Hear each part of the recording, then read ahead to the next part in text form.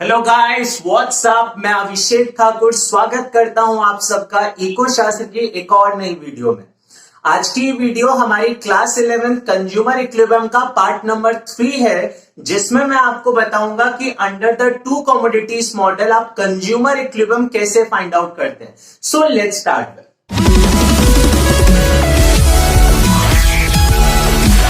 तो last video जिसमें मैंने आपको बताया था कि consumers equilibrium by the utility analysis किस तरीके से फाइंड आउट किया जाता है, और अंडर द यूटिलिटी एनालिसिस हम कंज्यूमर इक्विलिब्रियम को दो अलग मॉडल से डिस्क्राइब करते हैं। The first one is the single commodity model and the next one is the two commodity model. जो लास्ट वीडियो थी उसमें मैंने आपको सिंगल कमोडिटी मॉडल के बारे में समझाया था कि अगर कंज्यूमर जस्ट वन कमोडिटी को कंज्यूम करता है तो उसे कंज्यूमर इक्विलिब्रियम कहां पर अटेन होता है। अगर आपने हमारी उस वीडियो को मिस कर दिया है तो ऊपर दिए हुए आई बटन पर आप क्लिक कर सकते हैं। इन द सेम ऑर्डर आज की वीडियो में मैं आपको बताऊंगा कि under the two commodities model consumer equilibrium कैसे अटेन होता है, और अगर हम ये कंसीडर करें कि कंज्यूमर जस्ट टू कमोडिटीज का कंजम्पशन करता है तो हम कंज्यूमर इक्विलिब्रियम कैसे फाइंड आउट कर सकते हैं। So under the two commodity model आपको 3 डिफरेंट कंडीशंस को सेटिस्फाई करना पड़ेगा। The most important is the two condition. हम थर्ड कंडीशंस भी यहां पर क्रिएट करेंगे। तो मैंने यहां पर कंडीशन नंबर 1 लिखा है guys, MUX by the PX should be equals to the MUY by the PY should be equals to the MUM। तो मैं यहां पर सिंप्लीफाई करता हूं। As you know the MUX is the marginal utility from good X। PX का मतलब price of good X हो गया। In the same order, MUY is the marginal utility from good Y and the PY is the price of good Y। In the same order, the last one is the marginal utility of money। That means कि 1 additional rupee आपको कितना satisfy करता है, that is the marginal utility of money। So I repeat again the condition number 1, MUX by the PX should be equals to the MUY by the PY should be equals to the MUM। तो MUX by PX का मतलब क्या होता है, मैंने यहां पर simplify किया। It means the satisfaction from the each rupee spent on X। जब आप X पर एवरेज रुपी स्पेंड करते हैं तो आपको एवरेज कितना सेटिस्फेक्शन मिलता है, that is called the MUX by the PX।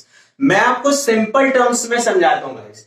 मान लीजिए आपने एक आइसक्रीम परचेज किया जिससे आपको 50 यूटिल्स ऑफ सेटिस्फेक्शन मिल रहा है, और उस आइसक्रीम के ऊपर अगर आपने 10 रुपीज स्पेंड किया तो मैं बोल सकता हूं कि from the consumption of good X आपको कितना एवरेज सेटिस्फेक्शन मिल रहा है, 5, and that is the 50 divided by the 10। In the same order MUY by the PY का मतलब होता है कि satisfaction from the each rupee spend on good Y। जब आपने Y के ऊपर स्पेंडिंग की तो आपको कितना सेटिस्फेक्शन मिला from the Y, that is the MUY by the PY। इसका मतलब कि जितना सेटिस्फेक्शन फ्रॉम द ईच रुपी मुझे X से मिलना चाहिए, उतना ही सेटिस्फेक्शन फ्रॉम द ईच रुपी मुझे Y से मिलना चाहिए, that is the condition number 1। Now in the same order condition number 2 आती है, जिसके बारे में आपने पहले भी पढ़ा था। मैंने लिखा law of diminishing marginal utility must operate. आप जानते हैं guys, law of diminishing marginal utility का मतलब कि अगर कंज्यूमर अपने कंजम्पशन को इंक्रीज करता है so the utility from the each successive unit keeps on decreasing। उसका satisfaction just fall होता जाएगा, and that is the condition number 2। in the same order मैंने एक और कंडीशन आपके लिए बनाया हुआ है। बुक्स में आपको जनरली ये कंडीशन नहीं मिलेगा, बट जब मोस्ट ऑफ द क्वेश्चंस हम करते हैं तो उन्हें सॉल्व करने का आसान सा तरीका आपको कंडीशन नंबर 3 से पता चलेगा, जहां पर मैंने लिखा consumer spends his entire income. हम ये मान लेते हैं कि under the two commodities model consumer ने जितना पैसा कमाया वो एंटायर पैसे को स्पेंड करेगा। दैट्स व्हाई मैंने लिखा consumer spends his entire income. तो जब वो अपनी एंटायर इनकम को स्पेंड करेगा तो उसका टोटल एक्सपेंडिचर किसकी इक्वल होना चाहिए, उसकी इनकम के equal. I repeat again, in this chapter income को हम Y से रिप्रेजेंट नहीं करते, हम इनकम को N से रिप्रेजेंट करते हैं only in this chapter. That's why हमने बोला कि कंज्यूमर का टोटल एक्सपेंडिचर जो वो स्पेंड कर रहा है should be equals to his total income. तो मैंने यहां पे लिखा आपका टोटल एक्सपेंडिचर हम कैसे निकाल सकते हैं, तो ध्यान से देखिए। अगर आप 2 कमोडिटीज बाय कर रहे हैं गाइस, एक्स एंड वाई, तो मैं अगर आपसे पूछूं कि एक्स के ऊपर आपने कितना स्पेंड किया, कैसे निकालें, तो बहुत ही आसान सा तरीका है कि प्राइस ऑफ एक्स को मल्टीप्लाई कर सकते हैं क्वांटिटी ऑफ एक्स के साथ। अगर 1 यूनिट ऑफ आइसक्रीम 10 रुपीज का आता है तो 5 यूनिट्स ऑफ आइसक्रीम कितने का आएगा, दैट इज 50 रुपीज। आप कैसे निकाल सकते हैं कि प्राइस ऑफ कॉमोडिटी को किससे मल्टीप्लाई कर सकते हैं, क्वांटिटी से।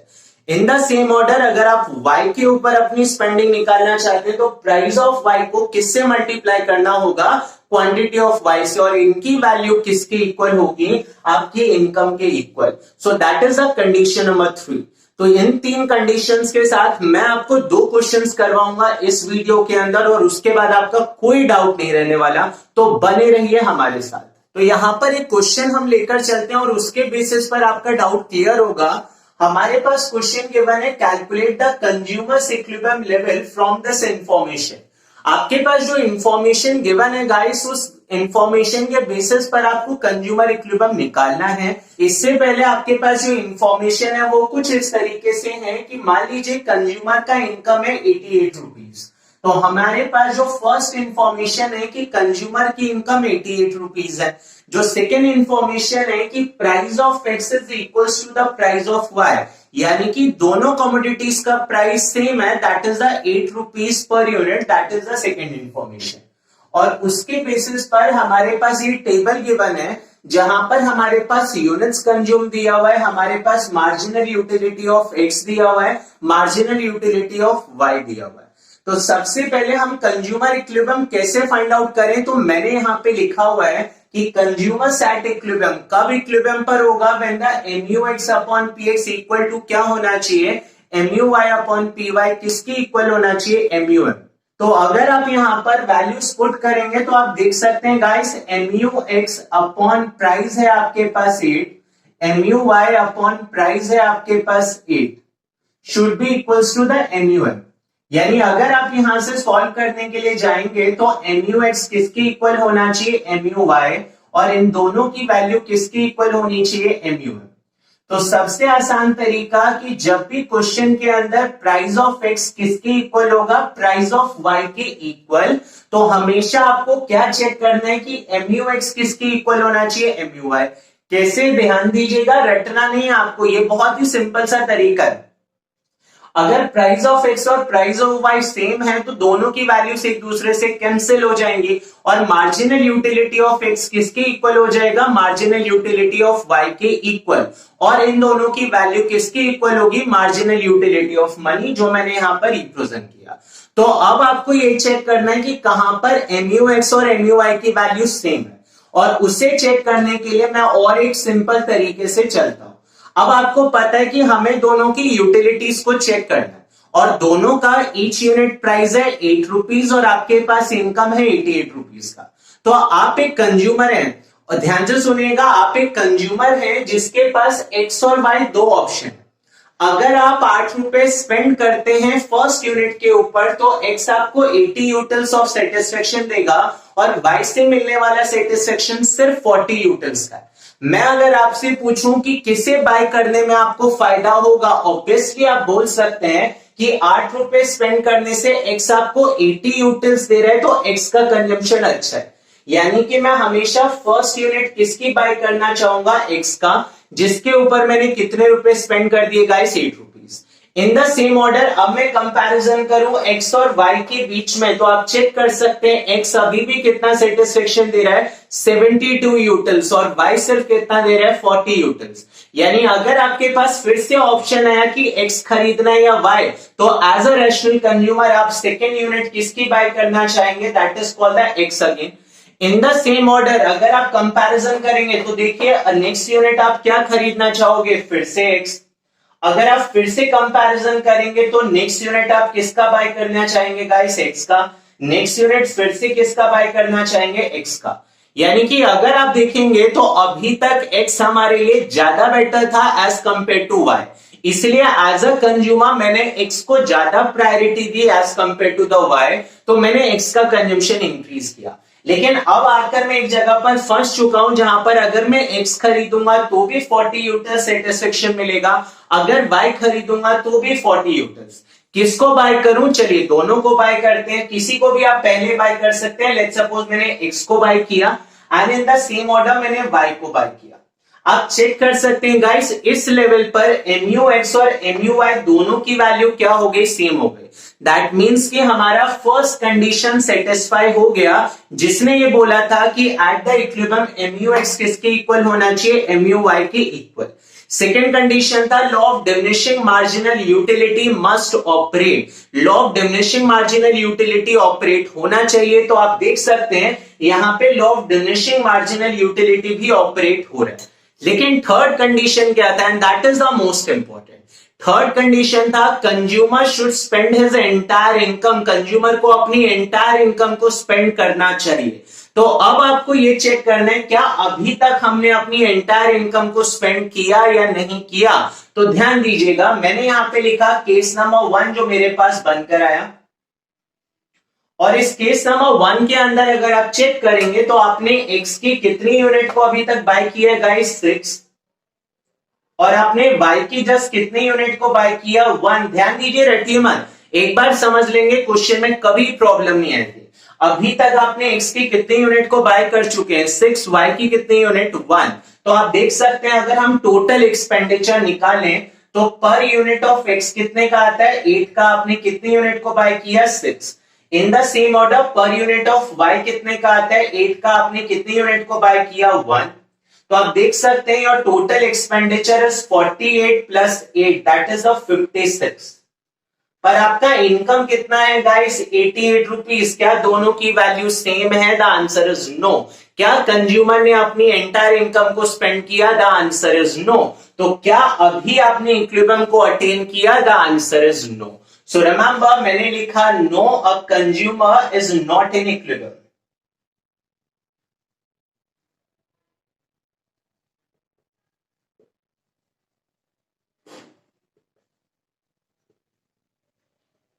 इन द सेम ऑर्डर आगे चलते हैं। अभी हमें इक्विलिब्रियम अटेन नहीं हुआ तो और पैसे खर्च कीजिए जेब में और पैसे बचे। अब आपको कंपैरिजन करना है y और x के बीच में। y पर स्पेंड करूं तो 36 यूटिल्स मिलेगा, x पर करें तो 32। किसे कंज्यूम करना चाहोगे? क्या मुझे बताना पड़ेगा या आपको खुद पता चल चुका है? बिल्कुल। तो हमें बाय करना चाहिए क्योंकि रैशनल कंज्यूमर कहता है जो ज्यादा सेटिस्फाई करेगा हम उसका कंज्यूमशन करेंगे। तो नेक्स्ट यूनिट मैंने बाय किया y का, देन किसका बाय करूं? तो x का बाय करना पड़ेगा। इन द सेम ऑर्डर नेक्स्ट किसका बाय करूं? तो y का बाय करते हैं। फिर किसका बाय करूं? तो x का। आप फिर से देखिए सेम स्टोरी उत्पन्न हो गई। फिर से आपका MUX किसके इक्वल हो गया? MUY, यानी एक और केस आपके पास आ चुका है। तो हम चेक करते हैं क्या अब हम इक्विलिब्रियम अटेन कर चुके हैं। तो चलिए केस नंबर 2 की तरफ चलते हैं। और जब आप केस नंबर 2 ध्यान से देखेंगे गाइस तो यहां पर आप देखिए आपने x के कितनी यूनिट को कंज्यूम कर चुके हैं? 8 यूनिट्स। तो मैंने लिखा x की 8 यूनिट कंज्यूम हो चुकी है और y की आपने कितनी यूनिट्स को कंज्यूम कर लिया? 3। तो अभी हम चेक करते हैं क्या हमने एंटायर इनकम को स्पेंड किया। तो आप देख सकते हैं पर यूनिट ऑफ x 8 रुपीज का आता है। आपने कितनी यूनिट्स को बाय किया? 8। पर यूनिट ऑफ y कितने का आता है? 8। आपने कितने यूनिट्स को बाय किया? 3। So the total expenditure on X is 64, on the Y is 24, so the total is 88. और आपके पास इनकम भी कितना है गाइस? 88। तो आपने अपनी एंटायर इनकम को स्पेंड भी कर दिया, MUX इक्वल टू MUY भी हो गया और law of diminishing marginal utility भी ऑपरेट हो गया। So this is the level of the equilibrium जहां पर कंज्यूमर ने अपनी इक्विलिब्रियम को अटेन किया क्योंकि उसने सारी कंडीशंस को सेटिस्फाई कर दिया। तो मैं यहां पे लिख सकता हूं yes, a consumer attains equilibrium.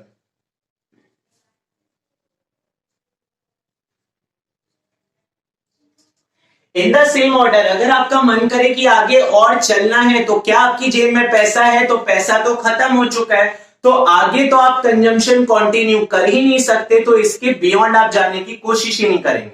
तो दैट्स व्हाई मैंने आपको समझाया कि कंज्यूमर इक्विलिब्रियम कैसे निकाला जाता है। आपको बस सिचुएशन क्रिएट करनी है, उस सिचुएशन के बेसिस पर आप देख सकते हैं कि कंज्यूमर इक्विलिब्रियम कहां पर अटेन होगा।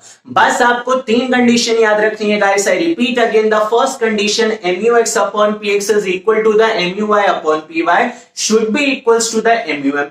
Second condition, law of diminishing marginal utility must operate, and the third and the last condition, consumer should spend his entire income, and that is this one.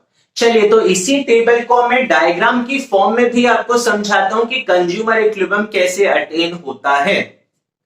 तो लास्ट क्वेश्चन के basis पर जब हम diagram बनाएंगे तो वो कुछ इस तरीके का डायग्राम आपके पास बनेगा। आपने कहा ये तो कुछ अजीब सा डायग्राम है, ये बना कैसे? तो देखिए बहुत ही सिंपल सी चीज है गाइस। अगर आप एक्स के केस में डायग्राम बनाते तो कुछ इस तरीके से ड्रॉ किया जाता।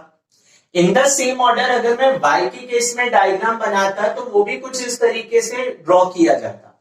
यानी कि अगर आप जस्ट सिंगल कमोडिटी को ड्रॉ करना होता है तो हम कुछ इस तरीके से ड्रॉ कर सकते थे। अब हमें 2 कमोडिटीज को कंज्यूम करना है तो हम किस तरीके से ड्रॉ करेंगे? एक्स का डायग्राम जैसे बना हुआ है उसे वैसे ही रहने दीजिए, बस आप वाई के डायग्राम को रिवर्स कर दीजिए। तो जब आप वाई के डायग्राम को रिवर्स करेंगे तो वो कुछ इस तरीके से ड्रॉ हो जाएगा। मैं फिर से रिपीट करता हूं, एक्स का डायग्राम तो लेफ्ट से राइट की तरफ अप्रोच कर रहा है, पर वाई के डायग्राम को आपने रिवर्स कर दिया तो वो राइट से लेफ्ट की तरफ अप्रोच करेगा। तो यहां पर this one is the diagram of x and this one is the diagram of y. हमने दोनों को मर्ज कर दिया। तो आप देख सकते हैं मैंने यूनिट्स ऑफ एक्स लिखा हुआ है 1 to 10 इस ऑर्डर में, और वाई की यूनिट्स को मैंने राइट डाउन किया हुआ है 1 to 10 इस ऑर्डर में, from the right to left in the same order. यहां पर मैंने वैल्यू शो किया है MUX अपॉन PX का, और यहां पर मैंने वैल्यू शो किया हुआ है MUY अपॉन PY का। आप सबसे पहले देख सकते हैं जो अभी क्वेश्चन हमने किया था उन्हीं की वैल्यूज को पुट किया हुआ है।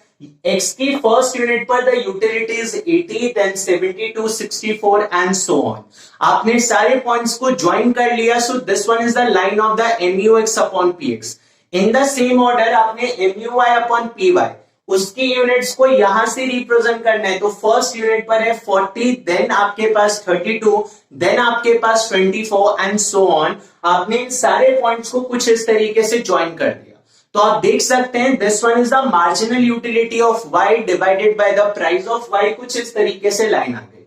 अब जहां पर ये दोनों जाकर इंटरसेक्ट करेंगे that is the point of equilibrium. तो आप देख सकते हैं गाइस इस पॉइंट पर ये दोनों एक दूसरे को इक्वेट कर रहे हैं, so this one is called the point of equilibrium. यहां पर आप देख सकते हैं कि MUX upon PX is equal to the MUY upon PY। तो यहां पर दोनों गुड से मिलने वाली जो सेटिस्फेक्शन है वो सेम है, और हमने अपनी एंटायर इनकम को भी स्पेंड कर लिया। So this one is the point of equilibrium, जहां पर आप देख सकते हैं कंज्यूमर ने एक्स की कितनी यूनिट को कंज्यूम किया 8, और वाई की कितनी यूनिट्स को कंज्यूम किया guys 3। So that is the consumers equilibrium level. तो डायग्राम की फॉर्म में आप कुछ इस तरीके से ड्रॉ करते हैं। एग्जामिनेशन हॉल में डायग्राम कोई खास इंपॉर्टेंट नहीं है, बट आपको पता होना चाहिए कि डायग्राम हम किस तरीके से ड्रॉ करते हैं। So this one is the way. अब आपके माइंड में डाउट आ रहा होगा कि हमारा इक्विलिब्रियम इसी पॉइंट पर क्यों अटेन हुआ, क्यों इससे पहले या इसके बाद नहीं हो सकता। तो यहां पर अगर आप इस पॉइंट से पहले की सिचुएशन चेक करें किसी भी लेवल के ऊपर, तो आप देख सकते हैं guys marginal utility of x divided by the price of x ज्यादा है किसके कंपैरिजन में, MUY अपॉन PY। यानी कि इस पूरे सिनेरियो के अंदर मैं एक ही चीज देख रहा हूं कि MUX upon PX is greater than क्या हो गया, MUY अपॉन PY। अब इसका मतलब क्या, आप सिंप्लीफाई करें। MUX अपॉन PX का मतलब क्या होता है, एक्स से पर रुपी मिलने वाला सेटिस्फेक्शन। MUY अपॉन PY का मतलब क्या होता है, वाई से पर रुपी मिलने वाला सेटिस्फेक्शन। क्लियर है? तो यहां पर MUX अपॉन PX अगर ग्रेटर है, इसका मतलब क्या हुआ कि x से मुझे ज्यादा सेटिस्फेक्शन मिल रहा है एज कंपेयर टू y। तो मैं अगर आपसे पूछूं x आपको ज्यादा सेटिस्फाई कर रहा है तो किसका कंजम्पशन ज्यादा करोगे, ऑब्वियसली x का।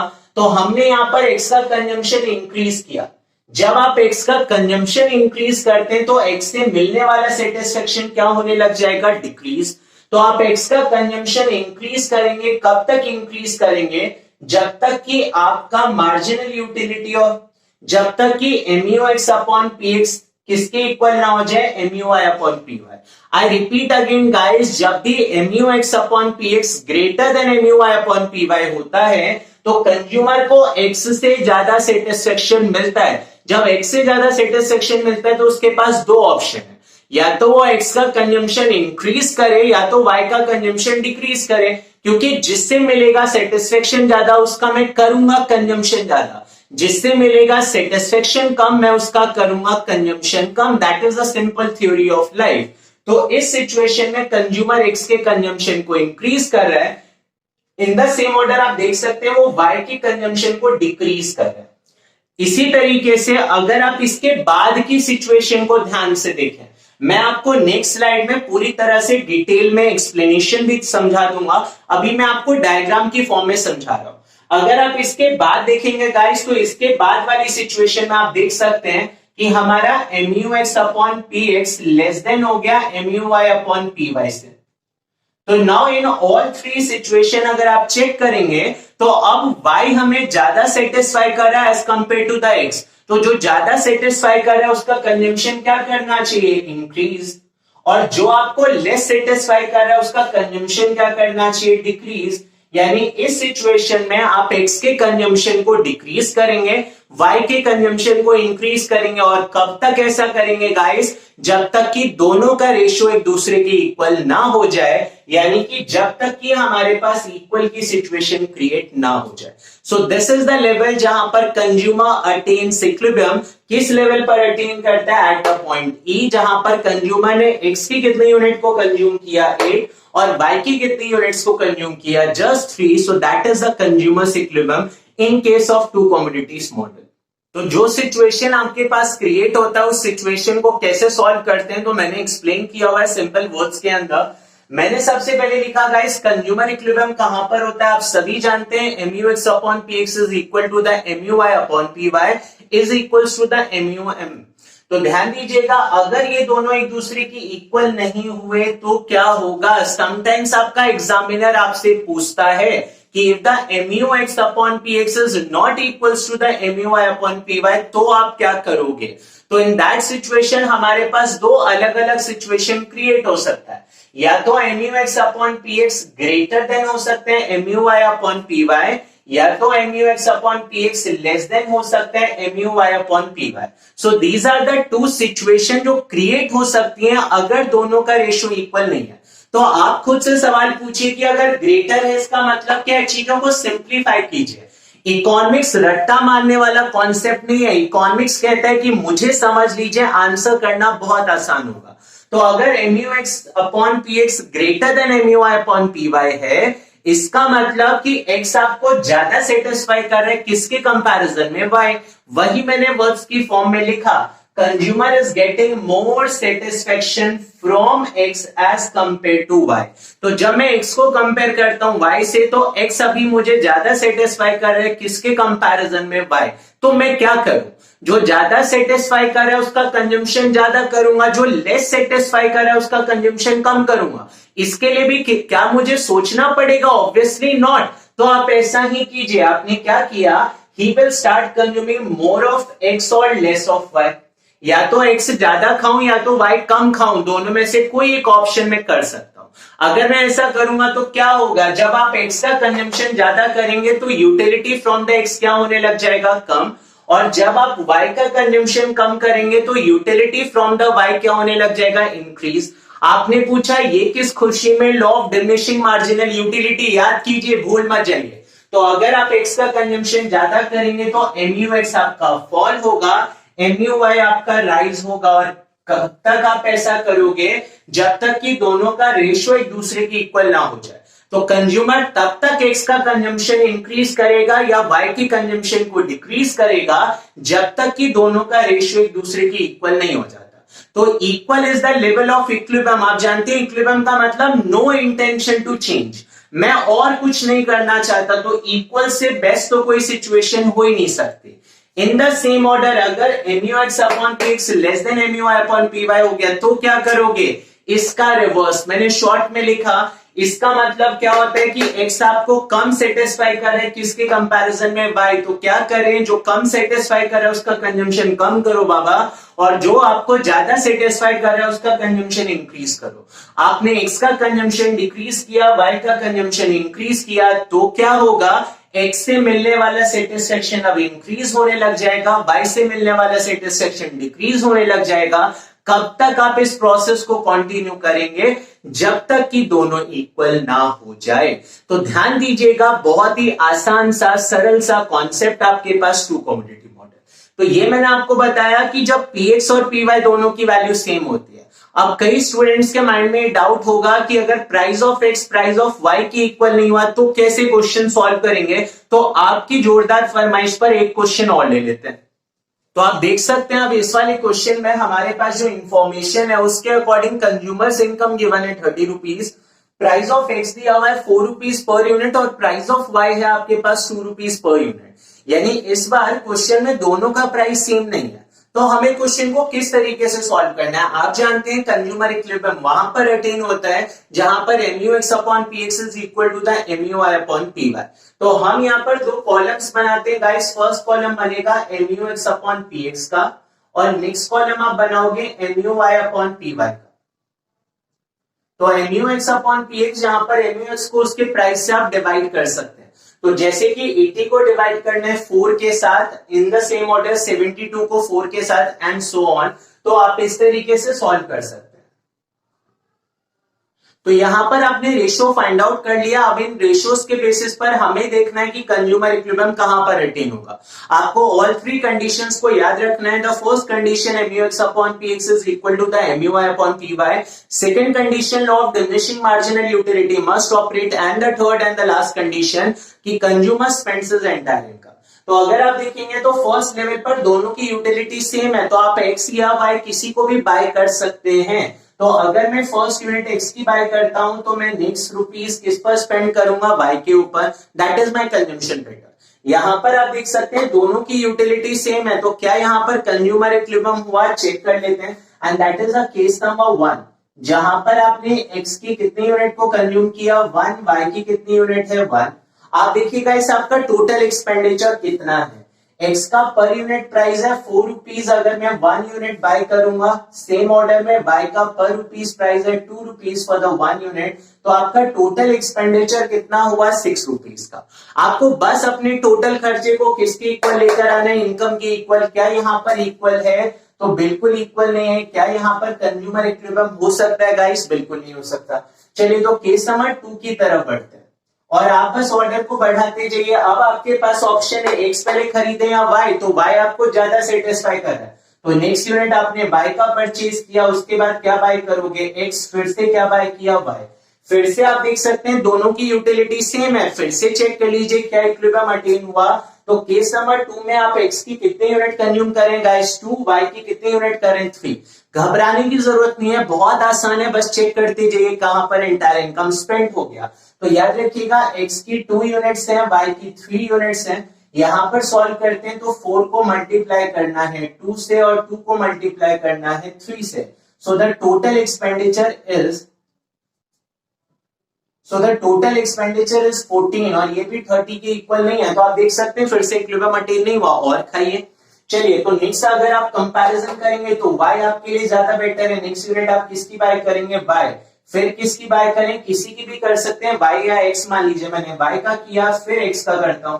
अब जो हमने लास्ट 2 यूनिट बाय किया है गाइस, उस लास्ट 2 यूनिट में आप देख सकते हैं फिर से दोनों की यूटिलिटी सेम है।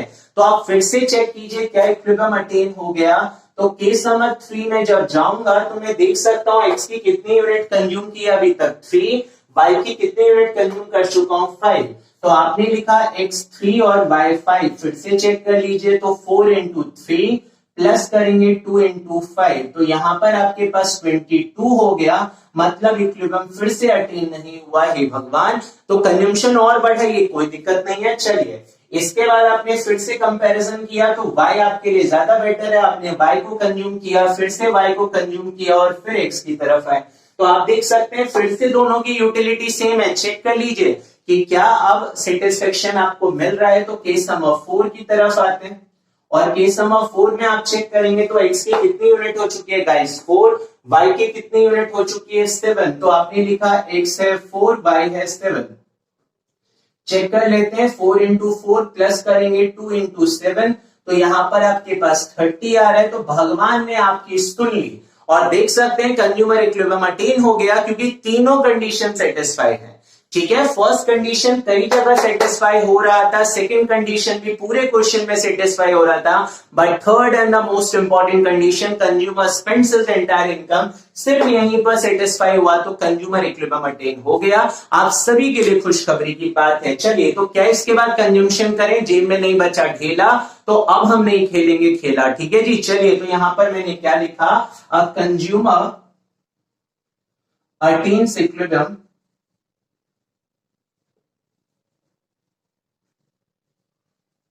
when he consumes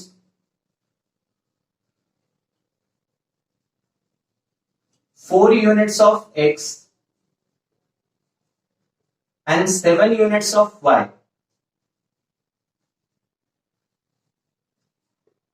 So that is the consumer equilibrium. मैंने आपको दोनों सिचुएशन में बता दिया गाइस कि कंज्यूमर इक्विलिब्रियम कैसे निकालते हैं।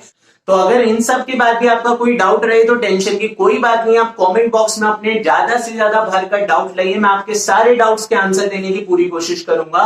तो यहां पर इस वीडियो को खत्म करते हैं, लंबी हो चुकी हो तो सॉरी। अगर आपको हमारी वीडियो पसंद आ रही है तो जल्दी से लाइक कीजिए, इसे शेयर कीजिए ज्यादा से ज्यादा लोगों के साथ, खासकर उन जरूरतमंदों के साथ जिन्हें इन वीडियोस की सबसे ज्यादा जरूरत है, क्योंकि आपके लिए 100% कंटेंट लेकर आया हूं गाइस। कोई भी चीज स्किप नहीं कर रहा, सब कुछ आपके लिए लेकर आ रहा हूं जो आपके एग्जामिनेशन पर्पस और आपके सिलेबस में है। तो सारी चीजें 100% कवर अप कर रहा हूं। अगर आपको हमारी वीडियोस पसंद आ रही हैं तो हमारी वीडियोस को लाइक कीजिए, शेयर कीजिए ज्यादा से ज्यादा लोगों के साथ, और अभी तक आपने हमारे चैनल को सब्सक्राइब नहीं किया तो जल्दी से सब्सक्राइब कर लीजिए। बने रहिए हमारे साथ। धन्यवाद।